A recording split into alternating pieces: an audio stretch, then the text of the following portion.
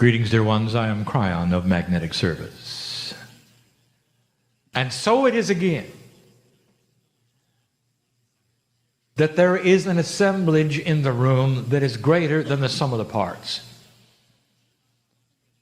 And this is a quantum statement. For in linearity, you cannot sense even what might be taking place here. And so we ask you to look at the reality that you have as you sit in the chair or listening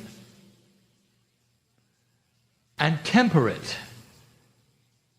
to include the possibilities of what we speak.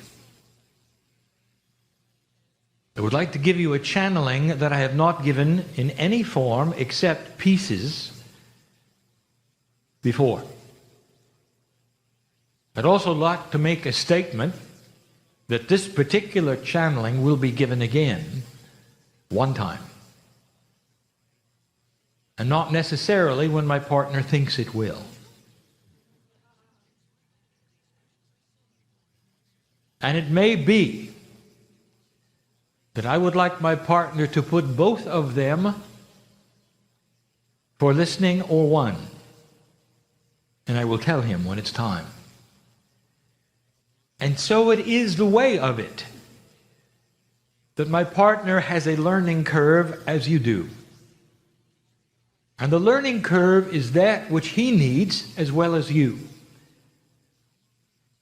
You get used to things that are not in the purview or the dynamics of your reality.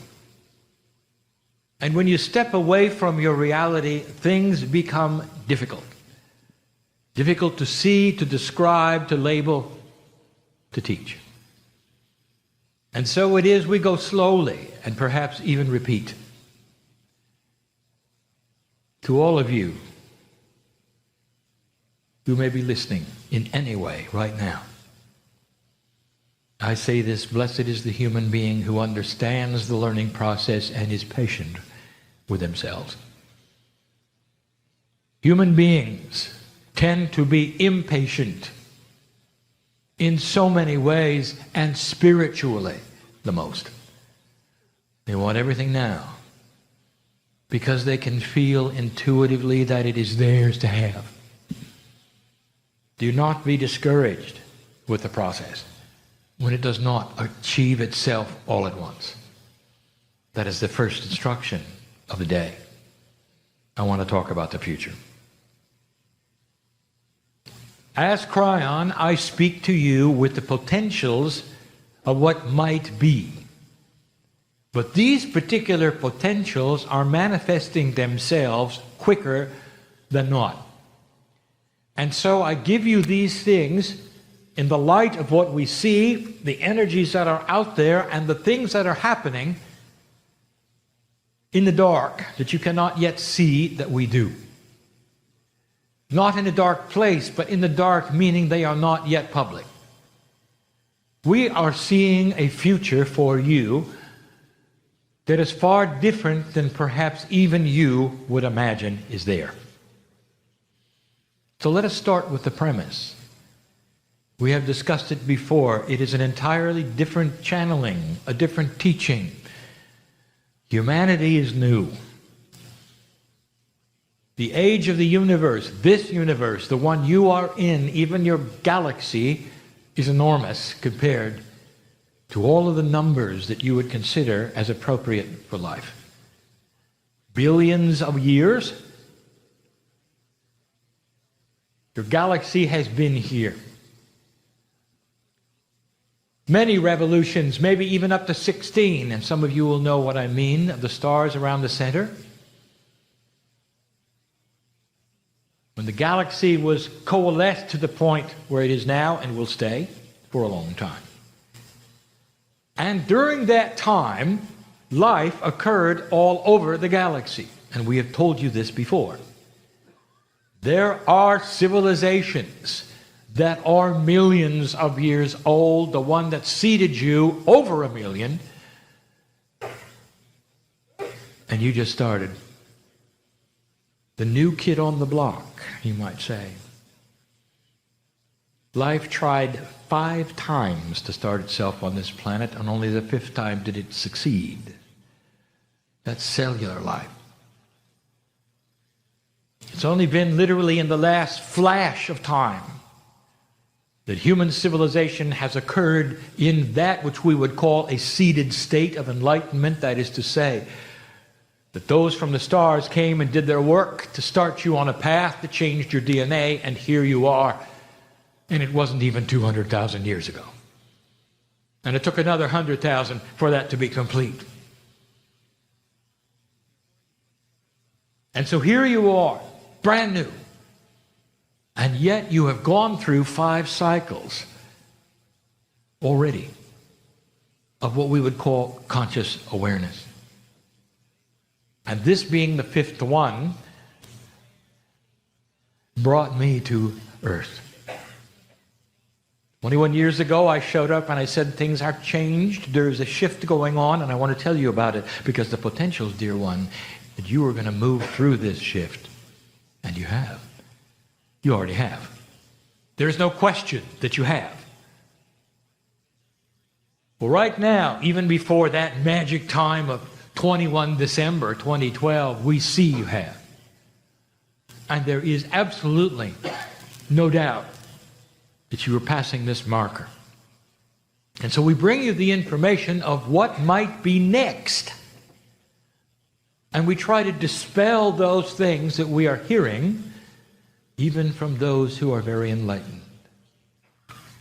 You move into a state of graduation, some have called planetary ascension.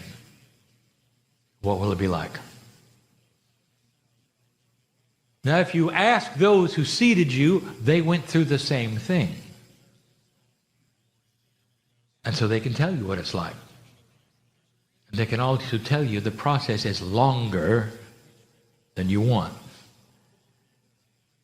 But it begins, and you start to see generationally the changes that are going to occur, and I am going to list some of the attributes that will and will not potentially take place. A planet in ascension, passing the marker, becoming far more enlightened. What's it like? And you might say, well, you're turning a page of human nature. You're going to have a spiritual population. No, you're not. Wait a minute, Kryon, it's a message where you're going to ascension status. There's going to be knowledge of past lives, of enlightenment. No, you're not. Not yet. If I had to title this particular message, it would be the recalibration of thought regarding the future. A perception of practicality for you to absorb and understand, because many of you are going to live this. And I don't want you to be disappointed. But I want you to see it when it starts to change. And I want you to understand what it means.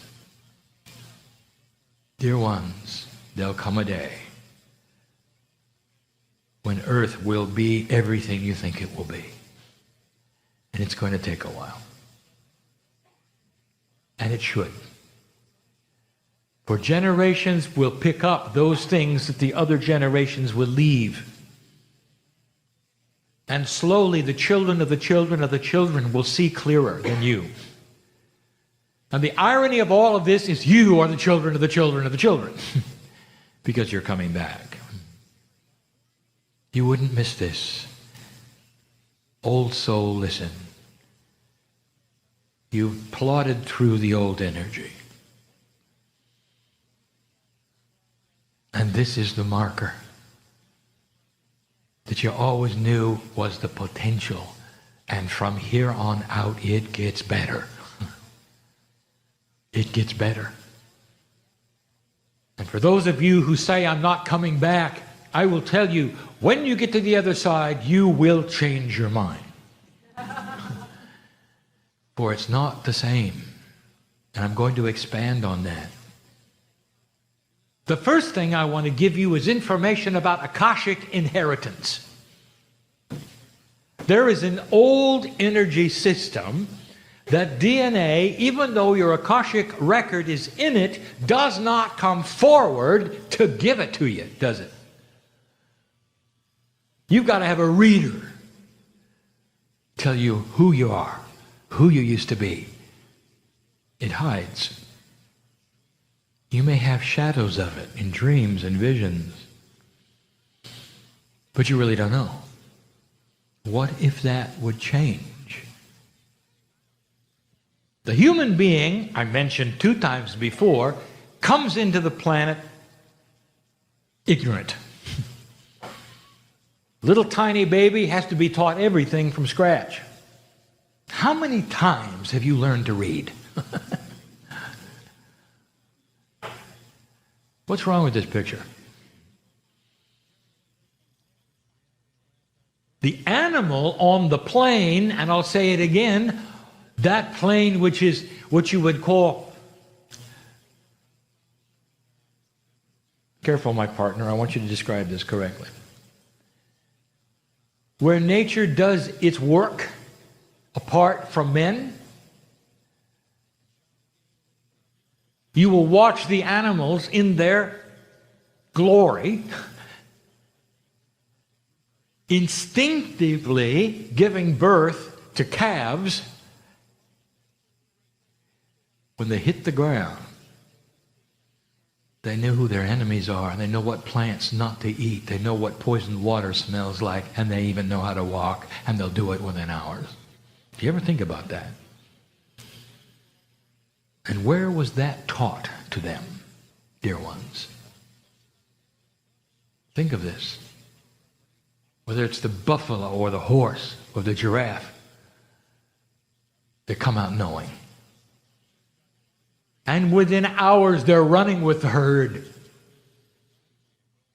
And yes, there are things that they will learn, but most of the survival instincts are known. Human baby comes out, nothing. Nothing. Has to learn everything every single time. Now that's the first premise we would like to tell you about, and it is already begun. Ask the children how they like school. And most of them will say it's broken. They'll be right. Because they know things. Already, gradually, instinctively, the human being is coming into the planet knowing things that they didn't know in previous generations. The system itself is changing. And that is the secret to everything I'm going to tell you. This hour together. For knowing that premise will help you to understand now what's going to follow. There'll be New Agers that will teach you that an ascended planet is going to have humans who can do out-of-body experience. They can all see colors, and they'll be psychic. And that is not going to happen. Oh, there will be numbers of them, because there always are in that curve of old souls. Ones who will come in as teachers, who will see the colors, as those who will have the out-of-body experiences to bring back the information. It is appropriate, it is real, but that is not the foretelling of what humanity is going to be.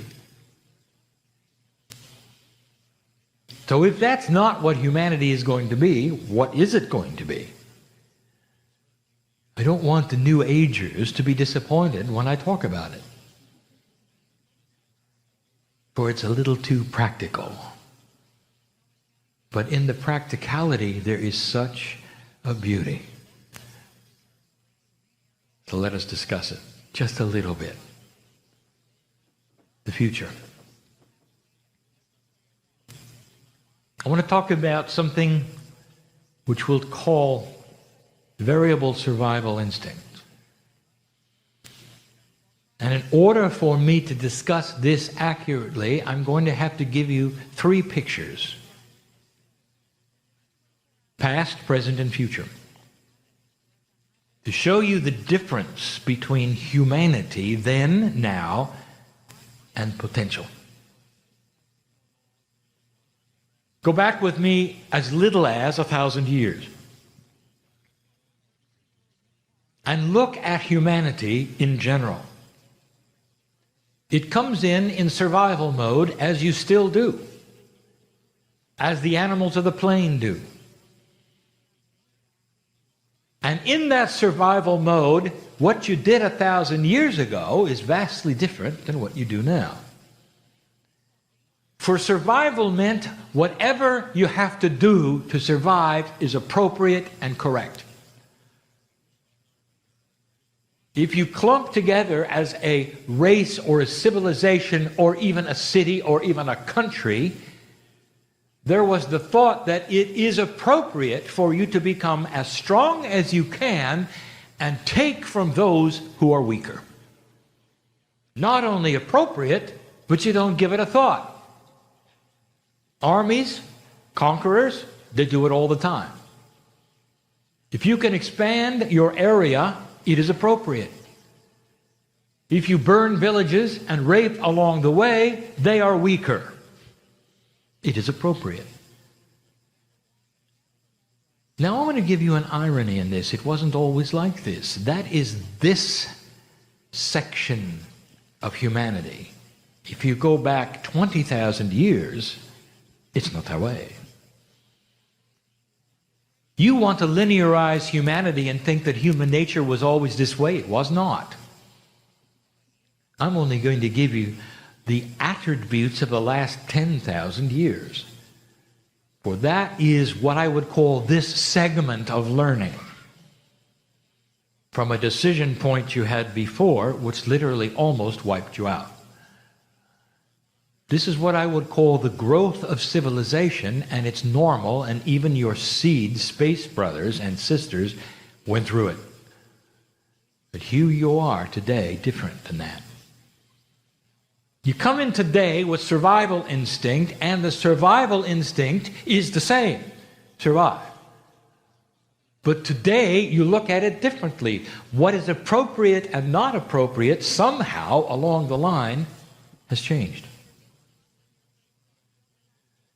And so today you are not apt to war as easily. In fact, there are those who would say it is never appropriate. There is controversy. There is old energy mixed with new. And you know it. As you look back 1,000 years, you would say that is barbaric. Now I ask you, is it the same humanity? It is. And as my partner has put on the screen, and he asks you, do you think human nature changed? It has. What is responsible, therefore, from that that was to that that is? And what is it that changed? There are those who would say, as humanity gets more crowded on the globe, they will be more in survival. You're going to have worse situations. One will take from the other just to survive. There's too many humans. And the opposite has occurred. Did you notice? That is counterintuitive, even to the sociologists. Something occurred. You reach a decision point, dear ones, right now on the planet. In this shift that you're going through, you're about ready to see permission to change yet again that which is your DNA. And here is then what the future will foretell. Within 2 generations, perhaps even 3, which is simply a very small amount of time for humanity, you're going to see human beings who come into the planet, a planet that, by the way, is not overcrowded, where war is never an option because here is their survival. They'll come in with this knowledge, total, an instinct that says, when we put things together and cooperate, we will survive. And so all, including the children, including the adults, will have lived long enough to know, out of the womb, that you solve the puzzles in a different way. And the concept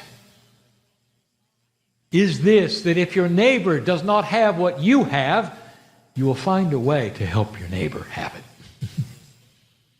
Because that creates a confluence of energy and compassion that cannot be denied as an instinct that is survival of the human race. And you will look back on today and say, it was barbaric. Come a day, dear ones, where torture is not on the planet, where human rights is seen as that which is so common, just as you eat every day, expected, not demanded, not a political agenda, but instinct. What is it that then changes? This is a planet that then starts to morph itself into what we would then call an ascended status. What is ascending is consciousness. You're not going to turn into light. That might be later. But not for a long time. Invention will be accelerated so that you will understand quantum energy, be able to measure it, see it in the human being. The revelations to come are enormous. More invention than you've ever had in all human history is going to happen in the next 100 years. When you discover the attributes of multidimensional measurements, inventions, you'll able to change mass, design massless objects, travel, communication, all of the things that put humanity together, and finally, even let you talk to those beyond. And all those stories and movies of the monsters that occur in ships will be gone. And you'll realize there aren't any. That they look like you. That so many are benevolent. And you see the compassion of God instead of the destruction and the horror that you've been told is out there or might be out there. Get ready for this, dear ones. This is the evolved human being. You will solve the problems that today you look at as unsolvable, and we mention it, and this is the third time I will tell you, you will not have global crowding. And the reason is because you will have zero population growth. I want you to take a look right now, for it's already started.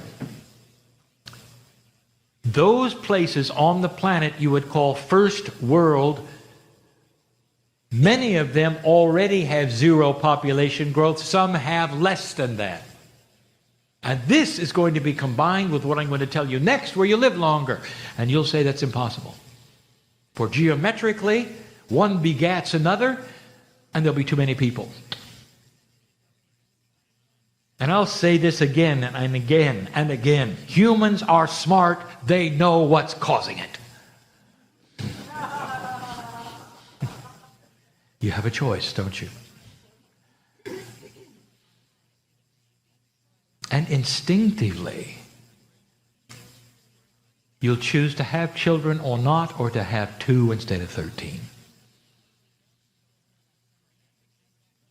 And it will create a situation which nobody expects. Humans who actually will do this instinctively without rules, without mandates, without a government stepping in telling you what you can do and what you can't.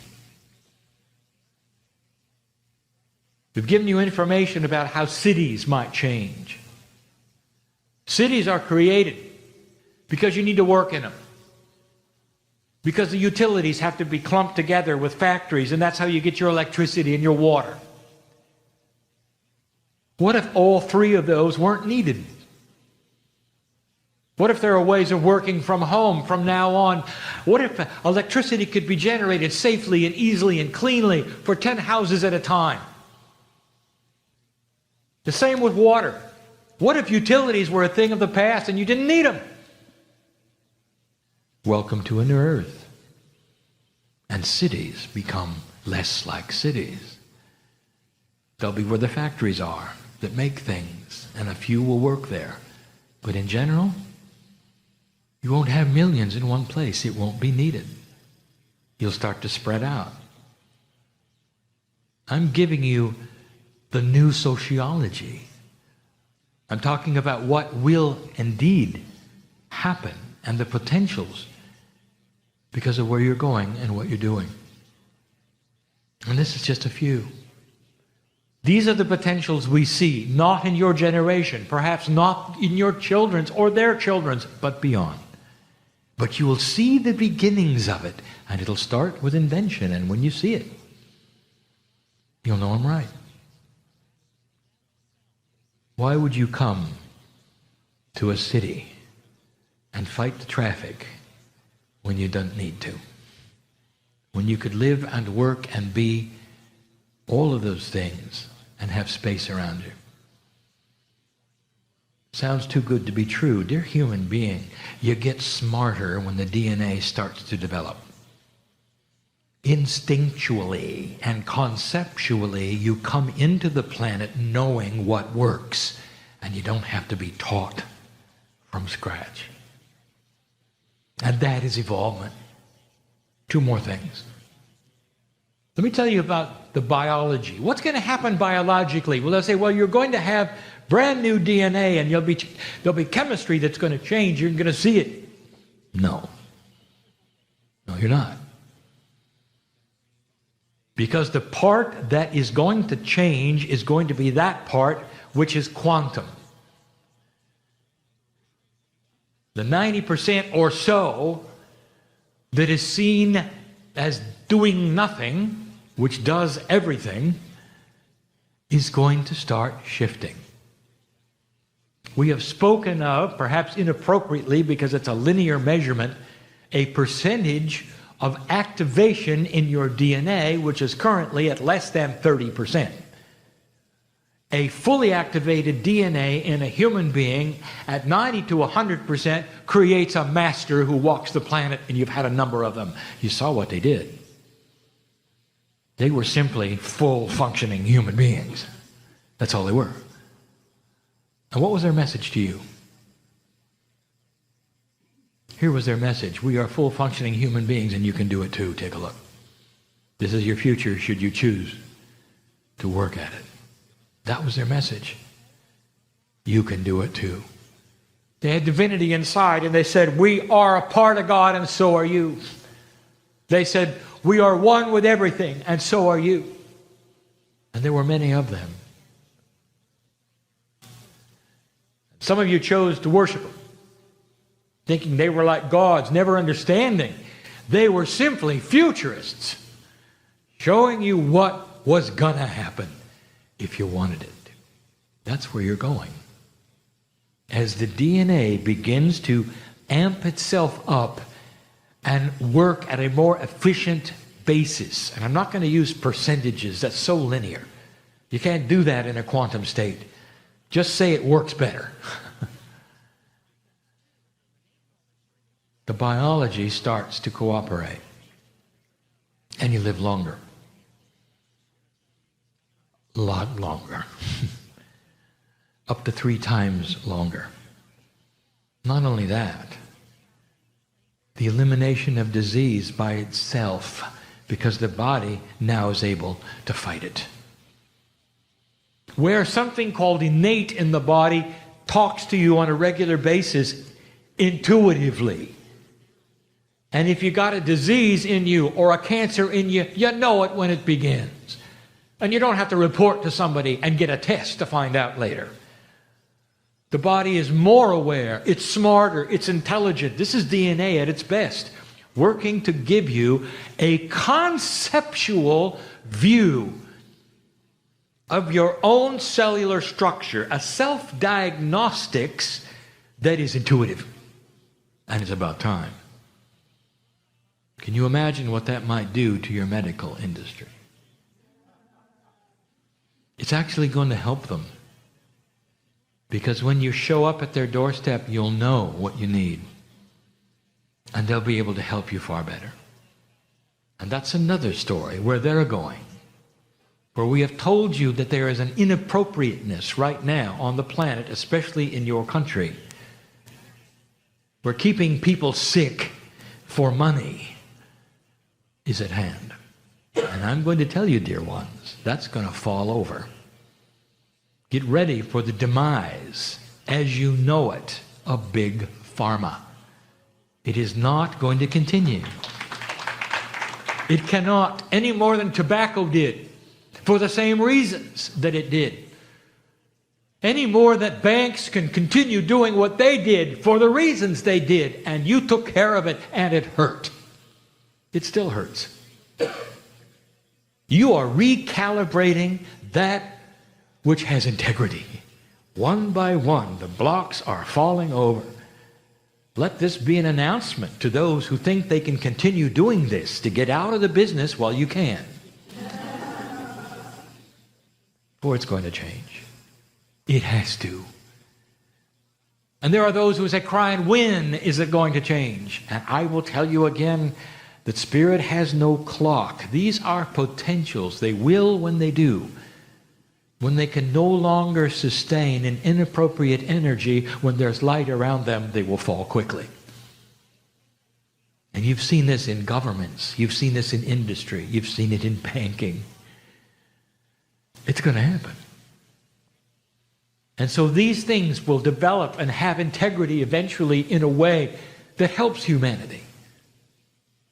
And we say, blessed is the human being who goes into a medical situation and learns about the human body so they can help others. They will always be needed. It's always going to be a combination of what you do with yourself and what they do to help with the inventions that are here. This is why they're given. Don't put them in a box and say, I have one or the other. Or call it spiritual. Or say it's inappropriate to use those things what Spirit gave as inventions to humanity simply because you're in a box. Doesn't work that way. Use everything that is here to keep you alive, dear one, because the planet needs your light. Could it be any clearer? All of the things given to you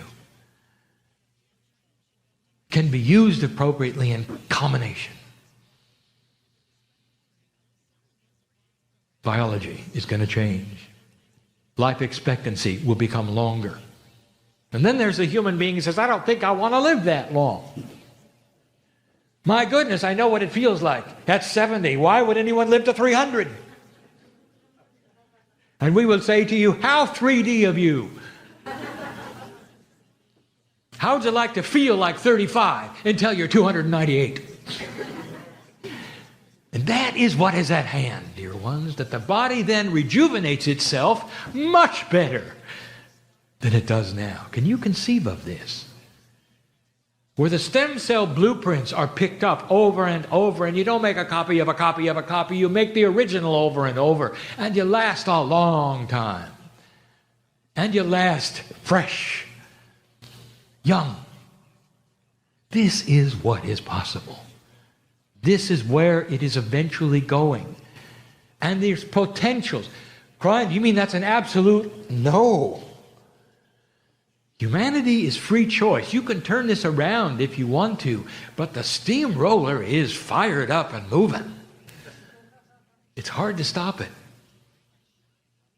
The ball of snow is rolling down the hill. It's hard to make it then smaller, if you get what I'm talking about. Finally, there's so much to talk about. There are those who are going to say, all right, how about the big one? What are we going to do about religion? There are those who would sit with a mindset of what you would call metaphysicians or New Agers who would say, well, it's all going to have to go away because they'll realize the truth. No, it won't. Why should something go away that has the seeds of a love of God? Why should it go away?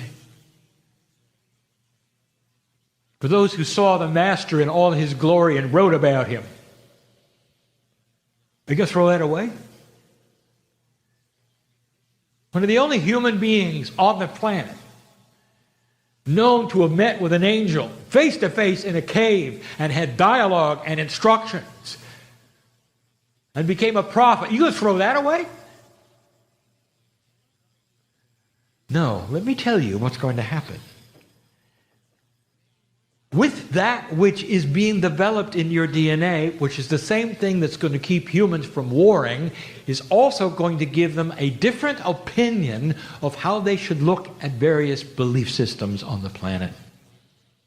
And they will continue to have those organizations under certain names that you even know now, but there will be big differences. And the difference is what I will call an allowance of compassion. One will look at the other and see it as a branch on the same tree coming from the same source, and they will respect one another. Just like you eat different foods for you, different ways of worship, respect for the other, not anger, not war. And that is what some of you won't expect either. And you're going to see the seeds of it. Sometime in your generation, you may even see the seeds of it. It starts to appear. A gentleness between belief systems. Do you really think you're going to have a planet where all of those thousands of years of teaching will simply vanish? It's not practical, is it? No. Instead, expect them to morph into something that is cooperative, that is beautiful. And the differences are celebrated instead of warring over them. And it's about time. This is the practical. The human being will change in an attitude, in the conceptualness of what is correct and not correct, and what creates survival will be that which is compassionate. This is the new human being. This is the future. You're starting to turn the corner. I've just given you a snapshot of what can be and what we say will take place.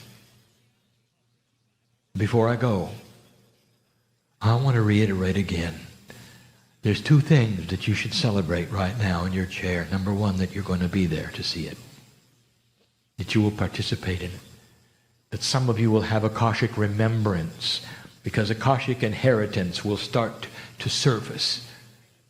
You will come into the planet knowing, absolutely knowing, that you've been here before.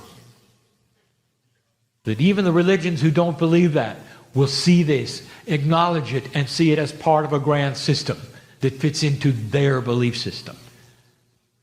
It gives credibility to the divine in you. And the divine in you is taught by all the religions. A monotheistic God is here on the planet, and that is the belief. And that's the first thing, that you'll be part of it. And the second thing, dear ones, even for those of you who don't believe this, that the children of your children are going to see a better earth, not a worse one. I want you to know this, and that is worth celebrating. You sit in the cusp. You sit right where the seeds are being planted, not even harvested, planted. Seed planters who may not see the harvest in their lifetime can now celebrate the harvest, which will be good. This is the love of God. It's why I'm here. It's why the channelers are here. If you hear a message that is not like this, I want you to examine it carefully, because there's more of us giving you this one than the other. The chances are, if you hear those who would warn you of the upcoming doom, they've got an agenda. Take a look, because it isn't the potential that's actually there. I'll say it again, old energy dies hard. It may be more difficult to come because change is that way. Light worker, old soul, do not fear the change that you have brought. Through the hundreds of lives that you've lived, it is about time that this occurs. Flow with it. Understand it. Celebrate it daily. And thank God you're part of it. For it is the fruition of everything you've done. The very reason we're here. It is no wonder we wash your feet. Ponder these things, for they are the things you created. And so it is.